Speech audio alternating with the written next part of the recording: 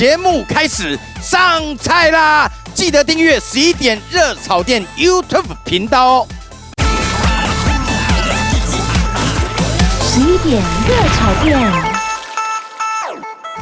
男生在做这件事的时候，为什么不好好讲说我不喜欢你了，我想分手，不行吗？因为我现在不是这样的人，他是在做切割，对啊，不要用这一招吧。我做梦梦到他外面有女人，自己托梦给自己，这是蛮厉害的一招。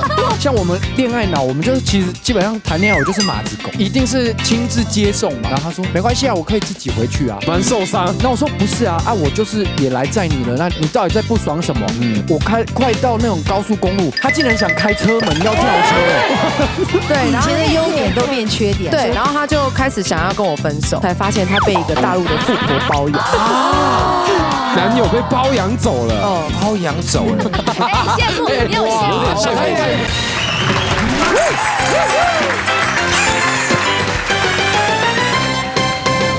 11点热炒店熊高菜，不呛不辣不上桌。好，大家有没有发现一件事情？在分手之前，一定会有一些小讯息、小信号。没错没错，或者是有一些很奇怪、很悬疑的行为。对啊，比如说，是不是领子忽然竖起来，或者是开始健身减肥，在干嘛嘞？对啊，所以我们今天要化身成柯南，一定要我们要把这些蛛丝马迹给它找出来。所以我想要问一下，唐老师，问我哪一个星座是分手分的最狠的？哎呦，你稍微跟我们这个应该看你们的经验吧。可是我觉得啦，对阳性星座的人应该要分的时候就比较干脆一点。火象牡羊、狮子、射手，哦哟，干脆的时候很干脆，真的干脆的分手，消失就消失。对，对，然后还有风象星座。双子、天秤、水瓶，狠的时候很狠。双子真的吗？对，我们就来好好的听一听分手前兆，因为我想大家都想知道。哦，一定要的。对，今天的来宾都是分手专家啦。哎，是不是？这样明很厉害啊！真的真的，我们来欢迎冯承轩、董明祥，还有陈子璇以及陆希帕，还有若曦娘娘跟演员在这边哦，太好啦！他们看样子通通都很有分手经验。有啦，是啊，都会啦，难免嘛。那分手前兆有哪一些出现这些状况，就代表说这个应该是救不回来。因为要分手就表示他已经变心了。那还没有开口之前，已经有什么征兆呢？圆圆，好，来我跟你们说哈，我们这种 trash 专业户哦，还有 trash 专业户常常收回收的 trash 的人哦，他对方只要动一根头毛，你就会知道他要干什么。来，先由我来说说，我虽然天蝎座，我没有记恨哦，你也是天蝎座，我天蝎座不是记恨，但我现在讲实话，就是但凡是这件事情出现了，我跟你讲，大家你就知道你要避了，就是他会突然的那种邪灵附体给你生气，大事小事都生气，可能耐烦是不是？对，但就是发这个状况，发飙的程度状况就增加变多了，就是他会突然找事做，硬要生气，硬要吵，然后所有的喜欢都变不喜欢。我从我身上开始讲哈，可能刚开始我喜欢粉红色，他知道，他会买粉红色的东西给我。对，一旦不爱了，他会嫌弃你为什么老是穿粉红色，我看了头晕碍眼这样之类的。再来，我说一个故事，我那个时候遇到一个男生，他是这样的。有一次我们去了某个地方玩，他就跟我讲说，我好喜欢那间饭店。结果在下次2个月之后呢，我就订了那间饭店，然后我就很贴开心心哎，他超 sweet， 我就带着他，然后我付钱的，我带他去享受开心这样子。然后后来我们到那，我这辈子还没有女生付钱的，订饭店房间哎，饭店房间对，然后我就付钱了，想要让他开心，祝他说过他曾经很喜欢的，但那一天一去之后，我就觉得奇怪，他的所有的微表情都不对了，那我就假装没看见，我想算了，那就 OK， 我们就开始 check in 啊，然后准备要整理放行李这样，那一进去之后，他还字，他把字什么东西？我觉得他在酝酿，因为其实他在之前我就感觉他就是他有一点喜欢那种3不5时想要给你动怒，然后但是我觉得他就是在抓那个大场面，对，然后就一次这样爆发，在等你出手，对，他在等我，他开始这边你在干嘛啊？我说没有啊，我在整理东西。我们不是刚进来吗？他说：“哎呦，你不要整理，我想要出去走一走之类的。”这样，然后呢，我就说：“哎，我们整理完，我们再一起去。”我就一直安抚他，我不生气。直到他说了一句：“我觉得那应该我要生气，是因为老娘我花了钱把你带过来。”他竟然说：“哎，这间我不喜欢，你为什么要订这一间？”不就他说喜欢你才订吗？对，他说了这句话，正常来讲，以我这种天蝎座会爆炸的个性，我应该直接跟他就开始对干。玩 gay 起来，我没有，因为我知道他要干嘛，我就说好，你不喜欢，那我们下次再找一件你更喜欢的。我这样跟他讲，他所以听了是不是更气啊？觉得和我气不起来，吵架，对，我想克服他，克服他吵不起来，他开始在那边想，他到底要怎么样才吵得起来？这样，他就是想要用这些言语，就是跟我来反挺这样子。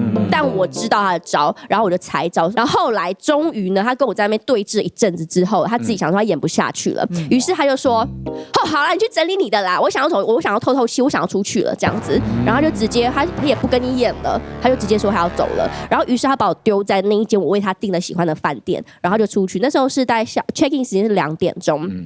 他从2点钟消失到10点钟啊，对，然后这期间呢，电话不接什么的，就我们一个人在异地，然后我就守着我的行李箱，然后在他喜欢的饭店，很过分，对啊，太过分，他就不演了嘛，他不演了，因为他前面想说他想要触动那个，就是他想要启发那个开关，对，然后好找个理由可以离开你，然后然后是你的错，就甩锅就离开这样。对，那殊不知我已经知道破解方式。我问你啊，你也是因为知道有一点这个问题了，你才故意订那个饭店的房间给他这个机会吧，应该这么说，还是想求和？其实我没有想求和，我只是觉得说，反正你喜欢了，那我们刚好我也要去那边工作，去那个城市工作，那我就干脆我就再来试试看，你到底会怎么样来回馈？对，来回馈我对你的爱。对，但是这种暴怒，我自己也有相关的经验。我跟你讲，你就是那个 trash 本人吗？不是，是另外一半，因为我也是天蝎，所以我也是一个恋爱脑。你是就是离开8小时那个？没有，你去哪里？铁定是守在那边那一个。哦，你是守在那边守堡垒的那个人。对。而且这个故事是因为像我们恋爱脑，我们就是其实基本上谈恋爱，我就是马子狗。哎呦，那我就会一定是亲自接送嘛。那以前亲自接送女朋友一定是开心的，而且可能就像工作到凌晨，那就是我要说我去接你啊，都好开心，都好开心哦。这次我说我去接你这样，然后他说。没关系啊，我可以自己回去啊。哎呦，怪怪的咯，蛮受伤，很怪哦。就那你这个时候你就更觉得不行，我一定要接，对我一定要去接。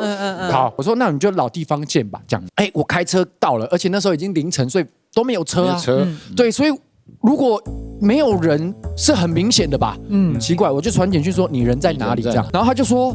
我已经到了，就没有人，所以这个方圆百里是空的，我还下车查看这样哦，没人，我就说不对啊，那我就打电话视讯，一看，他在小巨蛋的捷运站，我根本没有跟你约过捷运站呢，糟糕，奇怪了，那反正我想说没几分钟我就开车过去。以我们天蝎座这么聪明，他应该是跟别人约在那个8、9不离10了。他跟别人曾经约过捷运站。对，然后我就想奇怪，我就开过去哦。开过去之后，他上车，先发制人，开始 bianchi， 先甩门，蹦说：“之前你不就跟我约在这吗？然后你们明明人就没到，你干嘛要传简讯？你就是人没到，然后你就要故意先说你到了，然后怎么样？先出招。哎呦，他先轰炸我一波。那我说不是啊，我就是也来载你了。那凌晨，那就只是差几分钟的距离，而且我也开过来，我也没有让你走过来。你到底在不爽什么？有道理。就开了之后，他就开始一直飙，他一直踹我的那个抽屉，太暴力了吧！真的大爆炸，然后我也不懂为什么有问题吧？对，这是恐怖情人。对，然后他一直踹到之后，我快到那种高速公路，他竟然想开车门要跳车，我觉得他是在演玩命关头，是不是？我真的快吓死，然后我那时候是真的，我理智我快断了，我是因为我觉得很危险，我真的吼他，我说你真的不要再这样子了，然后我才说好，如果你要下车，你在这边下，我就走，然后我就放他走了之后，我离开了嘛，那他不就自己去弄溜达了吗？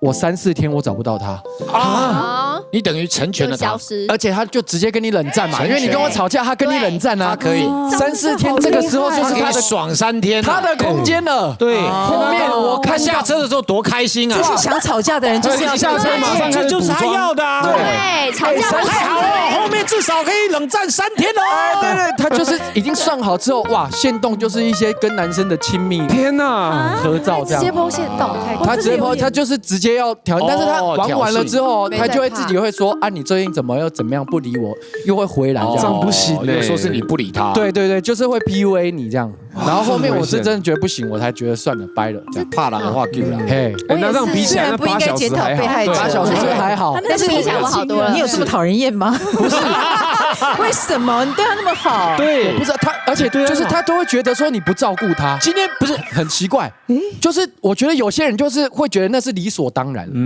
他会有点照顾他不知足，我觉得啦。但是我们今天还是要讲，就是说，今天在场虽然是大家讲分手的故事，但的确跟老师讲的，就是今天的受害者也有可能是加害者哦，只是他有这个机会发生而已，是啊是啊或是他看不到自己的缺点，故事还有另外一面，说不定有另外一面，说不定对不对？因为下一集我们会把你们的配偶全部找回来，再录一遍，就会知道谁是真正的烂咖。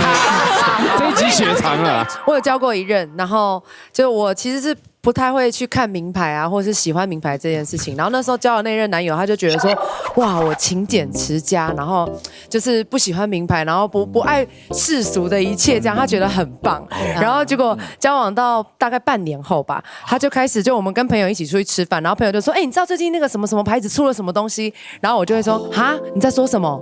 然后他就会觉得我是一个不懂。就是不懂事，对生活品味不懂，没有土包子，他觉得我是一个土包子，他懂。对，以前的优点都变缺点，对，突然间就变缺点，然后他就开始想要跟我分手，然后他就到大陆去工作，就到大陆工作才发现他被一个大陆的富婆包养。对啊，所以他急于甩掉你，对。突然间的，或者是他见了世面，没错哦。然后可能富婆给他很多东西，给他的车啊，给他的房啊，给他什么这样子。你赶快离开他吧。哇，时代真的在变化，给他房很难得。你看我们刚做这种节目的时候，通常是男生讲一个女生这样子离开他的故事，对啊，现在反过来了，对，男友被包养走了。哇，真的，那很顶，包养走了。羡慕，也有羡慕，有点羡慕，没有你顶，没有你顶，这不行不行。来，好，露西派遇到的状况是什么？相反的。我觉得其实啊，以前就是我其实生活习惯不是特别好。长大之后出社会才发现自己原来是个公子哥。然后以前在跟女朋友相处的时候，女生就是会变成那一种，就是她一直在念啊，一直说你为什么不收一下衣服啊？你为什么不关个冷气啊？你为什么说然后好像就有一点这样甜蜜互动这样子。后来嘞，后来他们就开始都不讲了。就开始就是都不 care 了你看到东西脏他也就不理你了，都不讲不抱怨，最后突然这个人就消失，心死了啦，心死了，对，反而不是说越来越闲，是越来越不 care 了，真的。那这也是一个前兆，女生爱的相反不是恨是冷漠，对，是没有感觉的，对啊。那如果你自己感觉不对，你想跟女生分手，你会不会采取什么策略呀？就像我刚刚说，其实我也很怕被延上，就是也是在圈子里面走，所以就是要有点形象，对，有点形象。然后在可能前面几年没有那么认真工作的那几年，就比较多出去交往交朋友，然后就会到处去认识到，然后就会有这个情况发生，就是突然发现。我真的不喜欢，我想要分手人家。对，你想要那可是你知道有一些人他就是会扯一堆借口说，我妈说她就是感觉真的看到你身上灵气不对，然后说，我爸觉得你这工作我们走就是你东扯西扯，我不会这样子，我都直接把所有错揽在我自己身上，我就会开始有一点忧郁。这个我知道，镜头前面很多兄弟都是这样做的，开始就有点忧郁，就是这一招确定要公开吗？对啊，不是你的错，我觉得我最近真的。不太对，我觉得我节奏乱掉了，会害到你。对，我觉得我害到你很棒，你很棒，但是我现在真的有点混乱。这种时候你千万不要去扯其他的事情或其他人，不然那女生可能好心还想帮你解决，没关系啊，我可以跟她沟通啊，没关系，我可以改啊，没有要改，因为其实潜台词是我不喜欢分手，对我想分了，所以就是我是这一种型的啦，不要让人家难堪，但是就是全部都说我自己很烂啊，那你之后的女友看到这一段都会知道了。对，就拍谁？可是当初他某些地方他也是讲实话，对，就是他把自己的缺点缺陷就看到不一样的角度啦，比较好听。那也真的分成了吗？有啊，基本上都还蛮成功的，就是有分开这样。就是你把自己讲成像一坨屎一样。对，就是我太烂了，应该要上错了。对，他已经物色到新的了啦，对啦但是还没有开始，他在找备他得先把上面这个先放掉，对不然的话他怕被大家延上，对就说他有竞业条款重叠对办法放这样。其实恋爱啊，在占星学里面就是武功啊，就是演戏。每一个人在恋爱的对象面前都想演出最好的自己，是，可是当你看露西派已经不想演了，可以不演，就是我不演了，以后你讨厌我，对。我已经不怕你讨厌了，这其实就是想分手了啦。哦，天哪！唐老师一讲，我有点自责。把自己弄臭弄烂，你也是这样分的吗？没有，我一定是理性分哦。我就会跟他讲说，他跟我的差异是什么？你会列表怎么分析？也不至于到列表，但是会说我们的，比如说生活形态，或者说我们喜欢的兴趣什么各方面，让他好好想想。对，让他好好想想。那后面一定也会很坦诚的去讲出一些可能之前不会跟他说的话，就是我有一些习惯就是这样，那可能你的习惯就是搭不上来，我们一直在彼此勉强对方，可是这样已经好一阵子都没有办法改善，对啊，渐进式的啦。但你这样的方式，如果女生很爱你，我改，我全部你说的任何一项我都改，你怎么办？恐怖哎，我都改，我真的为你改。那我就会变本加厉跟他要到他想逃，也是另外一种。要这个都年轻的事情哦，不走心理走身体。对，现在也没那个体力，不走心理走身体。对，但现在也没体力，所以就还好，要不得收敛多了。对，再来问子璇啊。我遇过一种是遇到事情就是逃避闪躲，例如说约好要去见父母，他会突然说啊妈妈没空，爸爸没空啊，这个常有，这个常常有，不然就是我们约好要去哪里，然后就不见了。就是他可能会一直推脱，逃避未来现实，延后预定的行程，一直延期。我记得那时候我跟那一任男朋友交往的时候，我们2个人有讲好说，交往半年呢要去定制那种手工的戒指，就是自己做，可以在上面，对，可以刻字啊，然后印彼此的指纹在上面的那一种。他在前1个月，他就突然跟我讲说，我觉得那个戒指太廉价了，不适合你。我主管说我今年9月的时候会加薪升职，所以那个时候我再买一个更好的给你，就上面有钻的。然后我想说，哇，有钻的听起来很不错，可是我这个人比较喜欢就是2个人一起去做一些什么，所以还是很坚持啊。但是他就说不要，我觉得你值得更好的。那我小时候就是恋爱脑，所以他其实说什么都觉得哇。对，好，那就听你的这样，然后很快就被糊弄过去了，就后来也没有发生，也没有，其实他也没给你，没有去那一家店做，也没有那个戒指，什么都没有，然后画饼，然后就没了，就画大饼。对，我就觉得说哇，会开支票，他讲的是没错的，但是有一次呢，我们是约好要去釜山，也是半年前买好机票，他也在前1个月说我不想去了，然后我想说为什么？怎么会？对，他就不想去了，他就说我是怕你工作上有状况跟问题，因为我那时候刚出道嘛。他说你们的工作都很临时啊，可能前1个礼拜才发通告，那或者是你们拍8点档都会临时前2、3天打电话给你说请来演这个角色，然后这个角色一演呢就是1年。如果我们在出国这段期间，你错失了这个有1年演戏的机会，就长寿剧，那你就失去了这个赚钱的机会。而是新人不能错过这个机会啊，会鬼扯对啊，对，听起来是合理鬼扯。然后他就说，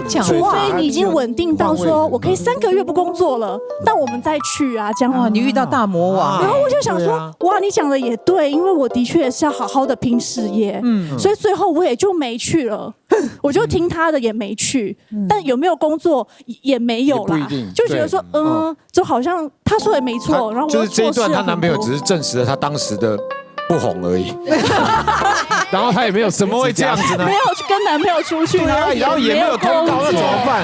这种事情如果迷糊一点的女生会搞不懂我那时候的确是搞不懂，对，一定要很多年以后慢慢回想，每一件事都不对劲，对，没有一件事是兑现，就觉得说哇，天哪，那时候自己怎么那么笨，然后那么恋爱脑。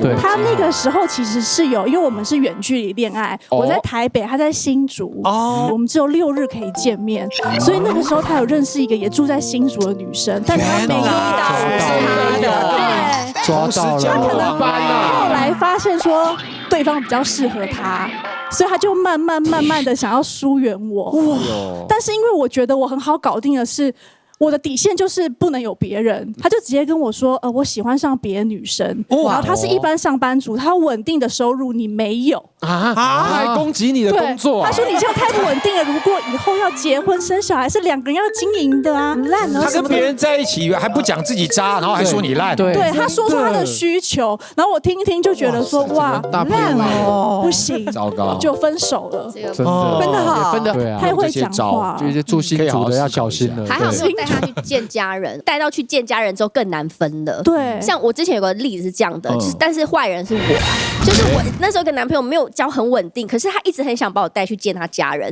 然后我就在想说，完了这个家人见了更分不掉了。对，然后你知道我怎么样吗？我就在跟他要带我去跟他家人约定的前一天，我去吃那个坏掉的东西。好牺牲就拉肚子了，因为是什么招？太不健康了。我觉得这是真的事情。我在前一天，就比如说礼拜3我要去见他家人，我礼拜2我就吃坏掉的东西，我就真的吃很多。我隔天我就很临时，我跟他讲说，不好意思，那个我就真的拉肚子，我真的没有办法走去跟你父母见面这样子，所以我后来没有见，但我觉得是对的，因为我真的不喜欢他了。如果见的话，我觉得可能更难分了。其实对啊，其实你不用真的拉肚子啊，你就直接跟你讲，就是你传赖跟他说，我今天真的拉，我没办法去，他还拍照是不是？我不想那么不踏实的骗人。拉出来的东西要有照片我才相信。所以还有一个分手的前兆就是每次跟他约会，他都去拉肚子，或者不见我的爸妈，就是身体不舒服。若曦有遇过这种事吗？我是遇到，我觉得这很重要，闪跑次数，闪跑次数变多，爱次数骤降，这个完全就是分手的，因为一个男人子弹就那么多嘛。对，他分给别人之后，哇，来你这边发现，弹夹已经空了，剩半管，怎么办呢？对，好有经验，还要再花一点时间搞一些子弹。对，来你说。但我觉得就是我有一任，就是我跟他在一起，然后他就是那种斯斯文文的男生，然后我们刚开始热恋期的时候，其实热恋期也超级短，就1个月而已。热恋期的时候呢，就是疯狂会去做那件事情。然后可是慢慢的开始变成，他可以一直在回想，Ken 哥很久没有，那个月瘦15公斤，然后慢慢的开始变成3个月。哇，天哪，这样感觉是有小孩才会发生的状况。对啊，隔3个月这很久，就是很奇怪。然后我问他的时候，他就跟我说，其实他是有性冷感的。那你讲，他就这样跟我讲，然后我说哈，那之前那1个月是，他就说就是刚在一起，他就配合你，对，然后我就觉得越来越奇怪，然后我就有那个第6感，我就去算那个塔罗牌，然后塔罗牌老师就说，你能够在一起1年就算你幸运了啦，他早就已经不知道跟别人怎样了，哇，那塔罗牌老师就直接这样讲，然后我就立马回家，我就看他的那个手机，然后我就打开他的手机封面，他手机封面已经换成别的女生了，他原本是我。猖狂哦！这不需要第6感，这只要有势力的人就好。你的第6感来了什么？就是踢到铁板，然后我就直接打开他的 LINE， 然后我就看到他跟别人传他下面的私密照。他这种人还敢说他性冷感哦？对，然后我就发现到，就是他已经在跟别人约跑这件事情。对，找到跑友。但我比较好奇的是，你们为什么都打得开你们男朋友的手机？他也没有设密码什么，他没有设密码，不怕你看，就那个时候就直接告诉我密码，他就是没有在怕这件事情。摆明了，这个来，手机保密升级，对，更换密码，手机保密升级。换密码，防窥荧幕，对，就是因为我们一开始在热恋期的时候，大家就是很坦诚的，然后就有时候可能他还会手机给你说，那你帮我传一个简讯给谁谁谁，所以那个密码就大家都会知道啊，或者他想看我手机，那我就给他看这样嘛，所以都是很 OK 的。但有一次就很奇怪，我就突然有看到一个讯息，他说，你那个几月几号有事情吗？什么？但我根本没有看过这个人，然后我就点进去看嘛。但是上面没有任何的讯息删过的之类的，然后我就想到奇怪，为什么没有讯息呢？然后我就问他说，这个男的是谁？这样，然后他就说，没有，这个是我最近认识的新同事。这样，我说，那所以他要约你是要干嘛？他说要去吃饭吗？还是什么？然后他就说，没有啦，可能他就是想要问我一些工作上面的事情，这样还在演。再来呢？奇怪，为什么隔天之后手机荧幕换成防窥了？保护贴变成防窥，但是那个时候我也没有觉得怎么样，只是想说他可能就只是想换一个保护贴而已。再来呢，我有一次我就觉得怪怪的，我就想看他的手机，那个也是一个第六感，好想看手机，在凌晨。的确，我一打开来看，点，密码错了啊！哇，改密码，本来只是个6位数，后面我这样子偷偷的看，我就他醒来，我这样咪咪的看，12位数，哒，变成有英文字母的啦。对，变得有英文，还有不是英文字母，还有标点符号，还有一句话全字符号啊，百分比啊，什么圈叉都来了，什么小老鼠这种的，有防你了，在防你，对，防你。然后再就开始冷淡了，开始就会有嫌弃。那有嫌弃之后，开始就会不就是气氛就怪怪的了。气氛怪怪之后，他也不让你碰，开始也不让你碰，爱了。对，然后再来呢，过没多久他就跟我说，我要去台南下礼拜啊。那你要跟谁呢？不讲。好，那就去了。去了之后呢，回来一样哦。过没多久他就跟你说要分手啊。分手之后，在下一个月我就看到他跟原本一个就是很常一起见面的那个男生一起去了兰屿，然后他还被抱在那个怀里这样，我就知道原来我早就被绿了。哇，你真的我真的绿哎！你也认识那个人？我不认识，但是因为我那时候之前有问，他就一直在聊天，我就会问说这个人是谁？他就说你已经问过了，一直问，就是那个谁啊？对，后面有人，对，就后面就你看我本来不是说我没有看过那个人，他把他故意换成别的名字有可能这好厉害，所以他换成一个男生的名字，换成一个名字，然后后面就看同一个人，对，有预谋的犯是预谋，对，常常有时候就是还是会就是男生真的会用这种，就是其他女生就是那个是暧昧对象，在有女朋友的状况之下，跟其他暧昧对象的话，就会把那个女生的名字设成妈妈。对，我还有看过更厉害的设什么吗？对啊，有啊，一定啊，看过更厉害，他赖设国泰世华，对，太厉害了，对，点进去绿色的树啊，对不对？中国信托，对，中国信托，还有李专什么的，李专陈小姐，对，我觉得有一个最厉害的是，他上面我看过一个男生，他就写说那什么广告来电误接。所以当那女生打来的时候，它显示广告来电误接，然后那个男生就赶快切掉，这样他说不能接啊，这样。我是要教你们一招了，广告来电误接。我觉得手机真的很容易就看得出那个人是不是有鬼，对吧？对，我有一任男朋友，他也是平常手机荧幕是朝上，可是有一天他反盖，你就会觉得好奇怪，为什么反盖？而且他连去厨房或者上厕所，手机都要放在口袋。比如说放假在家，他8个小时内可以2个小时去一次 Seven， 然后去 Seven 都可以半个小时以上哦。然后我打电话去都是在通话中，然后我就问他说：“你到底在跟谁讲电话？”他说：“公司很忙。”我就觉得很奇怪。子璇，你刚刚讲这一切的时候，露西派看起来非常紧张。没有，因为你是不是都做过这些事？应该都做过。这个就有点太直接了啦。你就直接。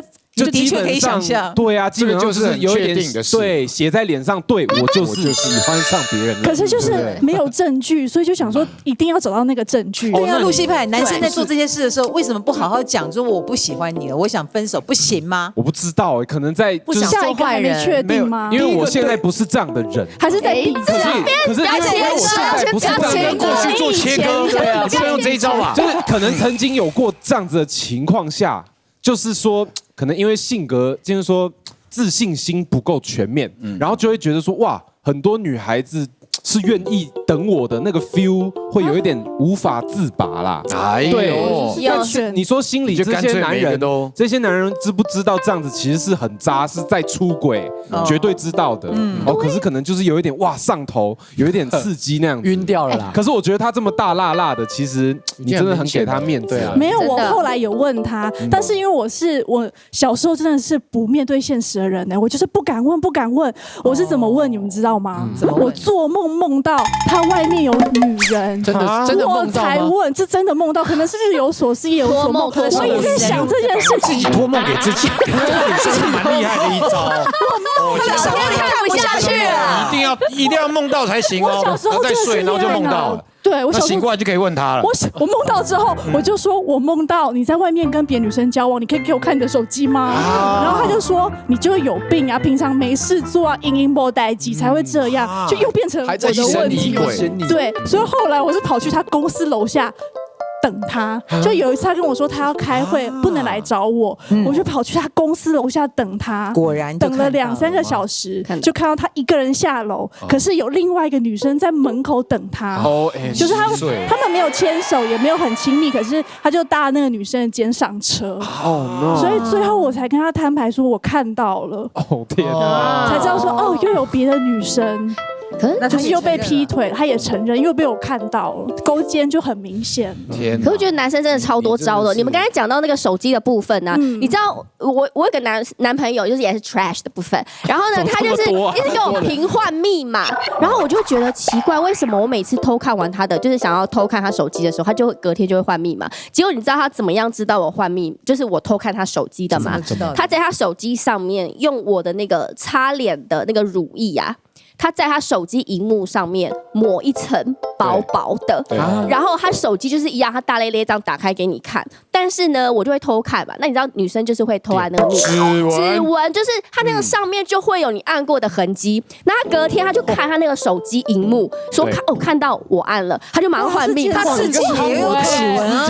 没有，他睡觉之前，因为我们就睡觉的时候，对他是按1234，比如说他的密码是1234，他就有4个黑点。可是演员去试了5、6、7、8的时候，他就看到，哎呦，5、6、7、8居然被人家按过，我平常不可能按这几个。对，那一定就是你啦。我已经弄到这个地步，你看谈恋爱多辛苦啊，你知道吗？对，你也可以一直破解，也是很厉害。手机的发展史有一段像刚刚沈轩讲的说，你知道凌晨的时候去做这件事情，偷看人家手机，很多的这个情侣就分手，被拆散。因为以前就是用指纹，对，所以都会趁对方睡着的时候，拿他的手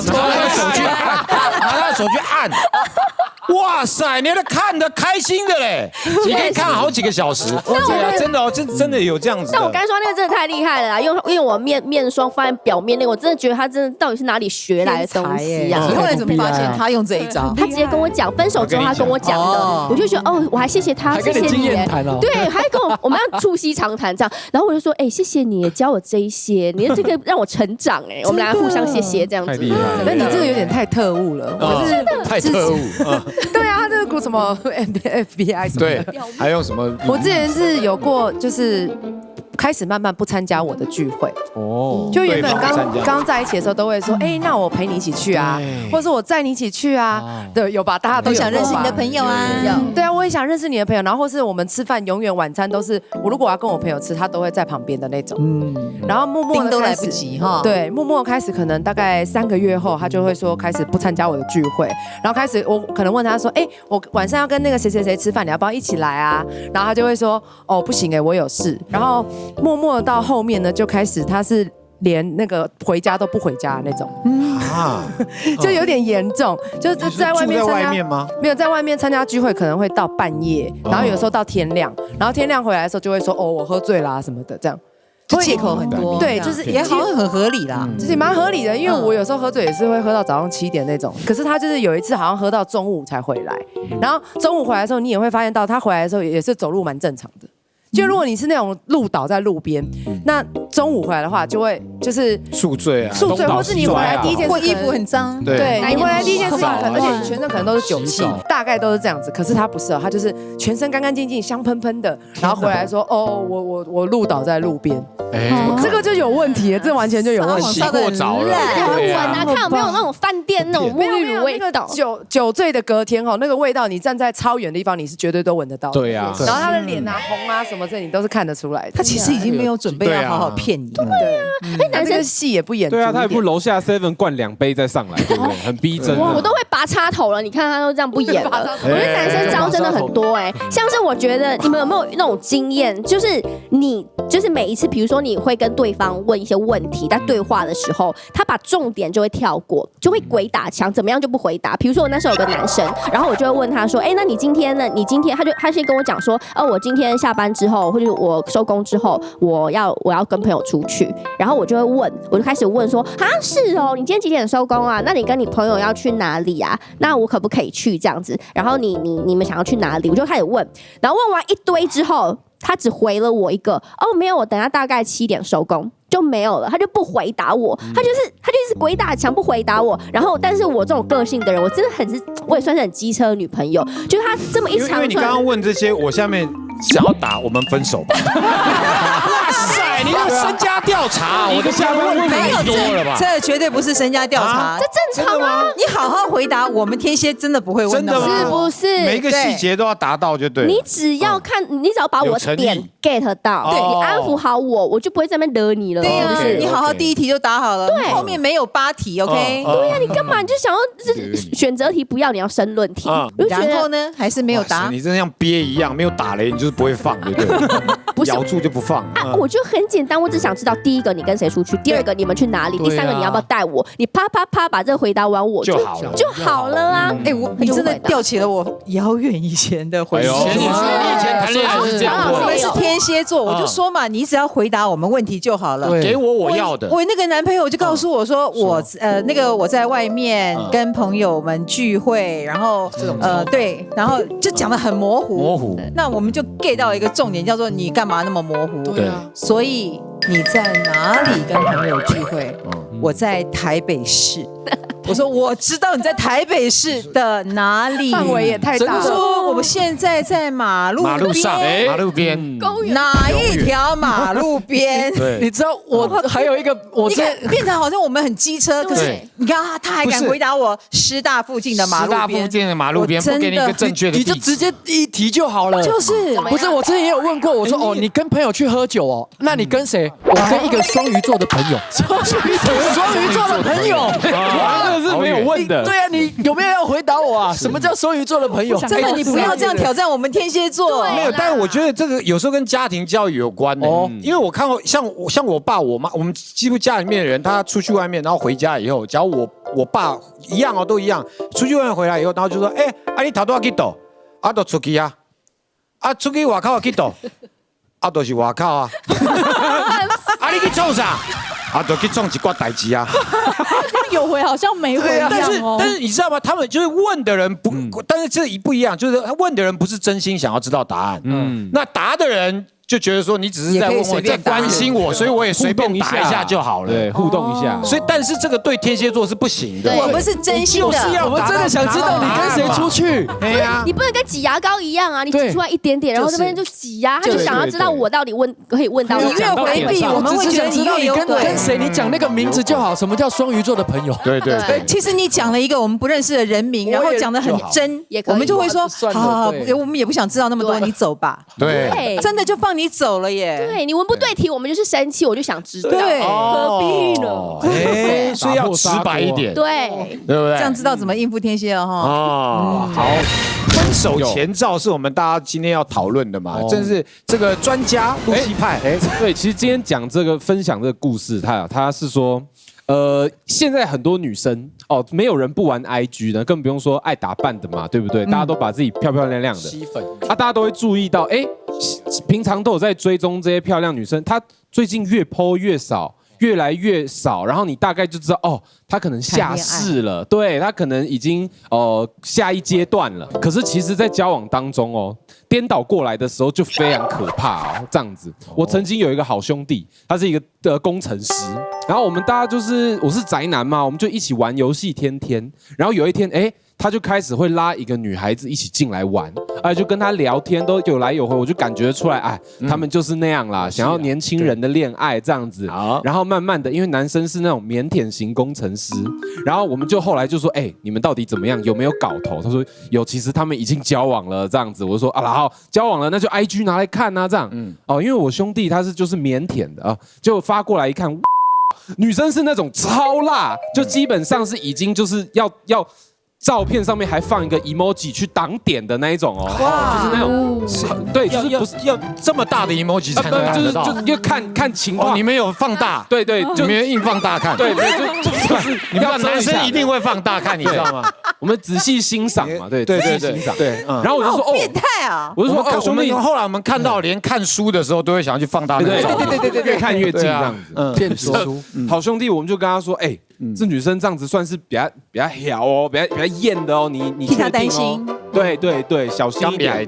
然后他说不会啦，因为我们都有共同兴趣啊，也喜欢一起出去玩啊，什么什么的。然后我们就好当朋友一起相处。当然，这个女生的 IG 也就自然而然停更。我想说那他们就稳交这样子。然后大家就常常一起有空玩游戏啊什么的。结果后来当然这个女孩子默默的就不太跟我们一起玩了。然后我就说，她怎么最近都不一起？然后她就说，就他们有另外一群朋友他们喜欢玩别的游戏这样子。然后就默默的，她的 IG 又开始更新了。回更，我们所有兄弟都有那个直觉嘛，就是来了，开始了，又回来了，开始 po 女生回来就表示有限动哦，对，不只有文章，还有限动，还有文字哦，就是想说，一般女孩子在稳定交往情况下是没有那么多话想对网络上的人讲的，对，然后就也没时间啦，对，也没时间，我还跟你分享，我这谈恋爱都来不及。然后一开始我们就会给他说，他最近都不跟我们玩，然后最近又开始 po 这些东西，你该不会被戴绿帽吧？怎样？一开始只是他说，没有啦，怎么可能没有啦？所以兄弟是不知道的，没有感觉。我们跟他不熟啊，所以我们就只是这样给他这样。直到后来有一次，我真的也就是自然而然滑IG就看到女生。也是发非常大尺度的限动，天哪！然后他竟然还发问答，下次大家想看我穿什么这样，我还想说是不是很最近要打工，需要经营一个新的一个场域这样，点进去也没有，感觉真的就是在想要找人一起跑步那种 feel 啦，就是蛮明确的这样。然后后来我就再去问说，这次认真问你怎么回事这样，他说对，其实我们上一次问了之后。